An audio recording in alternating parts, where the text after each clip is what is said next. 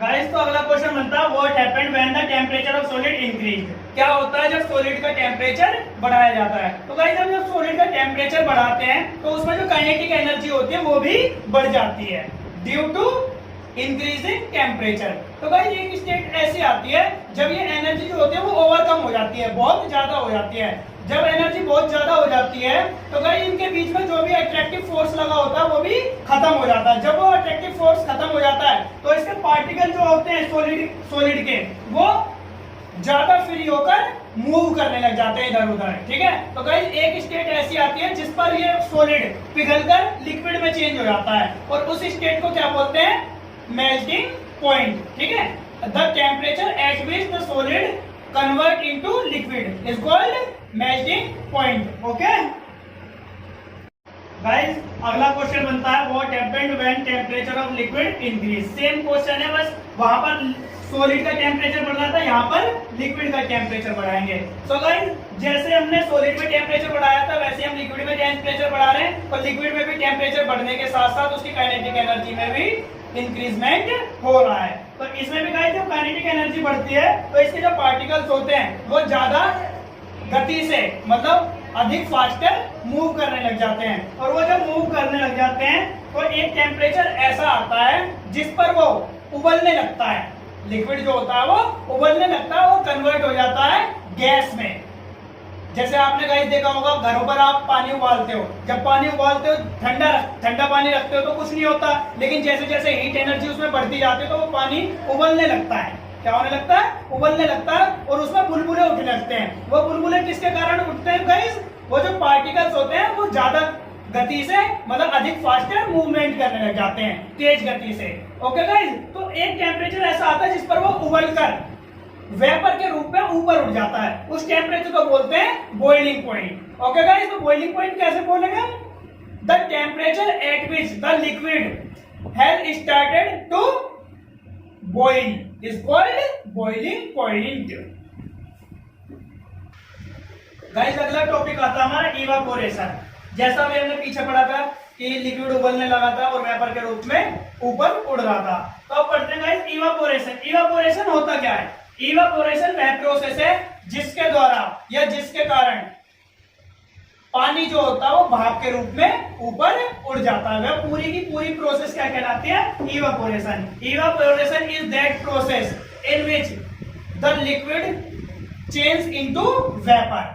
Okay guys, तो इसका next topic बनता है फैक्टर अफेक्टिंग इवापोरेशन। इवापोरेशन को अफेक्ट करने वाले कारक या फैक्टर्स, किन फैक्टर्स के कारण इवापोरेशन प्रभावित होता है, फर्क पड़ता है उस पर। ओके गाइस, तो पहला पॉइंट बनता है हमारा इंक्रीजिंग द टेम्परेचर, टेम्परेचर को बढ़ाने पर। अब आप पूछोगे टेम्परेचर को बढ़ाने पर इवापोरेशन की रेट कैसे बढ़ती है? तो गाइस आपको मैं एग्जांपल देता हूं।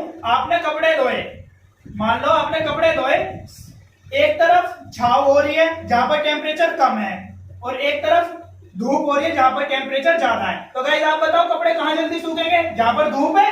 क्यों? क्योंकि वहां का टेम्परेचर ज्यादा है। तो गाइस पहला पॉइंट हमारा सेटिस्फाई करता है इंक्रीजिंग द टेम्परेचर। जब टेम्परेचर बढ़ाया जाता है तो इवापोरेशन की रेट भी बढ़ती है। Okay guys, is that clear? Good. Next बनता है इंक्रीजिंग द सरफेस एरिया। अब आप पूछोगे सर यहाँ पे टेम्परेचर की भी बात नहीं है, केवल सरफेस एरिया। सरफेस एरिया के बढ़ने से कैसे इवापोरेशन की रेट बढ़ सकती है? तो गाइस मैं आपको बता दूं, आप 2 कटोरी में पानी लीजिए। 2 कटोरी में जब आप पानी लोगे, एक कटोरी को आप ऐसे ही छोड़ दीजिए और एक कटोरी के पानी को आप फैला दीजिए। तो गाइस कौन सा जल्दी सूख रहा है? जो फैला दिया हमने। सीधी सी बात है, जो पानी हमने फैला दिया वही सूख रहा है। क्यों? क्योंकि जब हम सरफेस एरिया बढ़ा देते हैं लिक्विड का तो इवापोरेशन की रेट भी बढ़ जाती है। Okay guys, good. अब थर्ड पॉइंट बढ़ रहा है इंक्रीजिंग द वाइंड एनर्जी। तो गाइस हम एक बार फिर से कपड़ों का एग्जांपल लेंगे। क्यों? ये बताइए कि कपड़े कब जल्दी सूखते हैं? जब हवा मतलब वाइंड तेज चलती है या धीरे चलती है? गाइस सीधी बात है, जब हवा तेज होगी तो कपड़े जल्दी सूखेंगे। तो गाइस ये पॉइंट यहाँ पर सेटिस्फाई कर रहा है कि जब हम वाइंड एनर्जी को बढ़ाते हैं तो इवापोरेशन की रेट अपने आप बढ़ जाती है। गुड। नेक्स्ट बनता है लास्ट हमारा डिक्रीजिंग इन ह्यूमिडिटी। ह्यूमिडिटी होता क्या गाइस? ह्यूमिडिटी को नॉर्मली हम अपनी भाषा में बोल सकते हैं शीतलता, ठंडक। शीतलता में जब हम कमी करेंगे तो सीधी बात है कि गर्मी बढ़ेगी, और जब गर्मी बढ़ेगी तो इवापोरेशन की रेट अपने आप बढ़ जाएगी, जैसा मैंने पहले पॉइंट में आपको समझाया था। तो पहला पॉइंट जो वो इनडायरेक्टली कनेक्टेड किससे है, फर्स्ट पॉइंट से। क्यों? क्योंकि जब हम ह्यूमिडिटी को डिक्रीज कर देंगे तो क्या बढ़ जाएगी, गर्मी बढ़ जाएगी, हॉटनेस बढ़ जाएगी, और जब हॉटनेस बढ़ जाएगी, टेम्परेचर बढ़ जाएगा, तो कपड़े हमारे जल्दी सूख जाएंगे। Okay guys, is that clear? Good guys, अब क्वेश्चन बनता है, how does evaporation cause cooling? Evaporation के कारण शीतलता कैसे होती है? ठीक है, इवापोरेशन के कारण ठंडक कैसे होती है, कूलिंग कैसे होती है? तो गाइस मैं आपको एक चीज बताऊं, एक खुला बर्तन लीजिए, ओपन वेसल लीजिए, ओपन कंटेनर लीजिए, उसमें लिक्विड मतलब पानी डालिए। जब आप उस पानी को डाल के कंटेनर को बाहर रख दोगे तो वो जो कंटेनर के अंदर लिक्विड होगा वो आसपास से जो उसके सराउंडिंग मतलब चारों तरफ जो भी एनर्जी होगी उसे एब्जॉर्ब कर लेगा। क्या कर लेगा? एब्जॉर्ब कर लेगा। और उसी दौरान जब इवापोरेटिंग स्टार्ट होगी, जब पानी वेपर के रूप में ऊपर उड़ना चालू होगा, तो वो जो एनर्जी उसने अपने आसपास से सराउंडिंग से एब्जॉर्ब की थी वो खत्म हो जाएगी। और जब वो एनर्जी खत्म हो जाएगी तो वो जो बर्तन होगा, वेसल होगा, वो ठंडा हो जाएगा, और जो लिक्विड होगा वो भी ठंडा होने लग जाएगा। कुछ लिक्विड वेपर के रूप में ऊपर उठ जाएगा, बाकी जो बचा हुआ लिक्विड होगा वो ठंडा हो जाएगा, और जो बर्तन होगा वो भी ठंडा हो जाएगा। इसी के कारण इवापोरेशन जो है वो ठंडक प्रदान करता है, कूलिंग प्रदान करता है। ओके गाइस, तो इवापोरेशन के कुछ एग्जांपल्स पढ़ लेते हैं, जिसके बेस पर बहुत सारे क्वेश्चन मिलेंगे आपको। इसमें कम से कम 4 से 5 क्वेश्चन मिलेंगे, तो उनके एग्जांपल पढ़ लेते हैं। 3 एग्जांपल जो मेन है, जो इंपोर्टेंट है। तो पहला, feel cool when petrol keeps on hand. जब हम अपने हाथों पर पेट्रोल या थिनर या एसीटोन, परफ्यूम वगैरह डालते हैं तो वो एकदम हमें ठंडा महसूस होता है, और एकदम से वो उड़ जाता है। वो ठंडा किस वजह से महसूस होता है? इवापोरेशन के कारण। किसके कारण? इवापोरेशन के कारण। जब हम उसे अपने हाथों पर डालते हैं तो वो आसपास की एनर्जी एब्जॉर्ब कर लेता है, और जब वो वेपर बन के ऊपर उड़ जाता है तो हमारे हाथ को ठंडक प्राप्त होती है।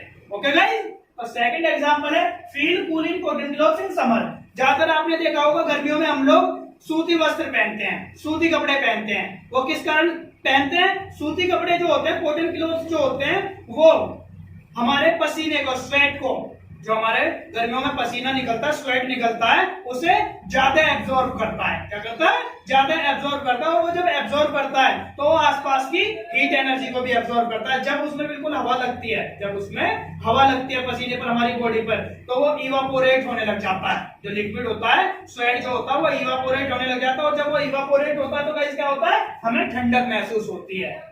ओके गाइस, एंड लास्ट है, be the T cold in saucer. आपने देखा होगा कि चाय जो होती है कप से जल्दी, एक प्याले में जल्दी ठंडी होती है। कप में तो काफी देर में ठंडी होती है, लेकिन जब हम प्याले में रखते हैं, प्याली में करके चाय पीते हैं, छोटी सी प्लेट वगैरह में, तो उसमें चाय जल्दी ठंडी हो जाती है। क्यों?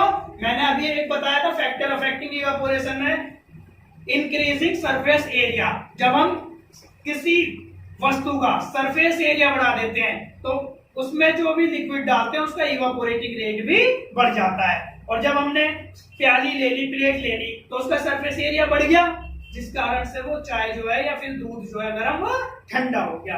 गाइस, समझ में आई ये बात? ओके गाइस, तो आपका चैप्टर क्लियर होता है 9th का। जो भी डाउट हो कमेंट बॉक्स में मुझे बताएं। ओके गाइस, और गाइस ज्यादा से ज्यादा सब्सक्राइब करो और शेयर करते रहो, जिससे कि ज्यादा से ज्यादा बच्चों के पास ये वीडियो पहुंचे और लॉकडाउन के बीच हो रही पढ़ाई के नुकसान से बचा जाए। Thank you.